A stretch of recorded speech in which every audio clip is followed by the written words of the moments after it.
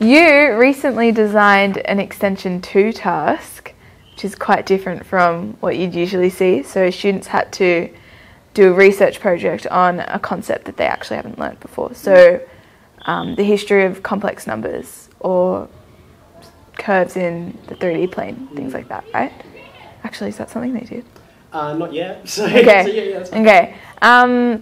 I thought that was fantastic because often setting just exams, it's not the best way to assess student understanding. So how can we transfer that to the junior years? It's a great question. And is that possible? Yeah. Okay, so I guess the first thing I would say is assessment is an enormous topic. Like, there's no way to say everything that needs to be said about it, partly because, like, people roundly disagree. Like, there are such divergent opinions out there. Like, you know, when you said before, it's not the best way, an exam is not the best way to assess.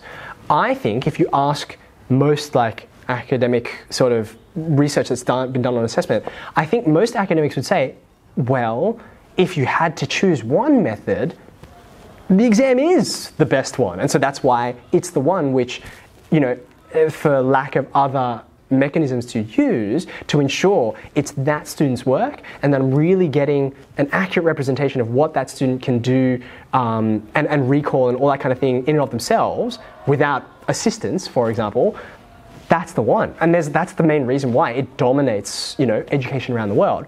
Now, back to your earlier point, it is true, that's highly problematic. That introduces enormous problems into it. For example, you know, whatever, 99%, pick a number out of the air. All the exams, traditional exams, they're all timed, right? Because we're not going to give you infinite amount of time. Like, I can't practically do that. I can't say, like, hey man, I've got to go home, right? Got to finish this exam.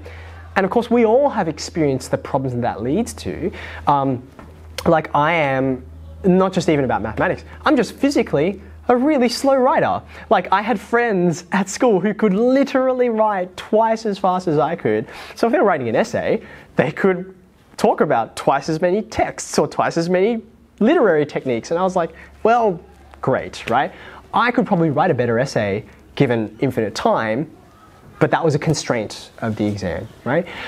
And not to mention the fact that, in fact, in the real world, even though we say, hey, I really want to know what you know without access to textbooks, without access to other people, in the real world, we don't solve problems like that. Like, we say, gosh, this is a really complicated problem. I'm going to look at every resource available. I'm going to ask lots of different people.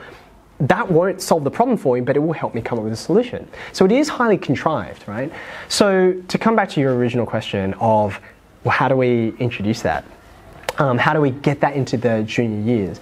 There is a really simple answer to that question, and that is, I don't want to be too glib about this, but to the teachers out there, just do it. Like, in terms of, what's the word I'm looking for? Syllabus and curriculum constraints, in the junior years, most education authorities, including, say, the ones in New South Wales, are marvelously flexible, and in fact say explicitly in their syllabus documents, to the ignorance of many schools out there, you need to have a variety of different assessment techniques employed to understand the capabilities of your students.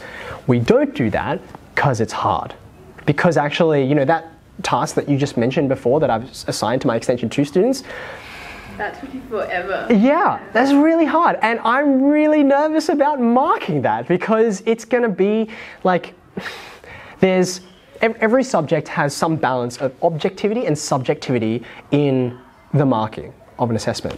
People like to say that mathematics is completely objective, it's just right or it's just wrong. The only people who say that are people who have never marked a mathematics task before, because when you look at a student response to a 3-mark question, it is definitely not just right or just wrong. Maybe the final number is just right or wrong, but I'm interested in so much more than that, right? So there's some subjectivity in there, like what are the 3 skills that are the most important in this question that will attract 3 marks? Doing a research task like this, an investigation, just leans right into that subjectivity, and that is very difficult. So I guess, like, the question underneath the question is, how can we actually develop those skills as teachers to give these, you know, different forms of assessment that are non-exams to our junior students? And I would say, start off gently, right? Like you don't turf out your entire assessment program and say, we're not doing any exams this whole year. I mean, if you want to, go for it. Just know what you're getting yourself into. But just take one task. Don't even take a weighted task. Just in your classroom, don't just do topic quizzes. Let's just do something unusual and say, I want to assess your ability to get up and explain a problem to the rest of the class. That's what I'm going to assess you on. Just for this one thing, right? Don't give it a weighting, don't give it anything. Just get a handle on that yourself. That's where I think it begins, and we absolutely need to. I actually, today, I was lucky enough to write an assignment for Year 10 and gave it to them.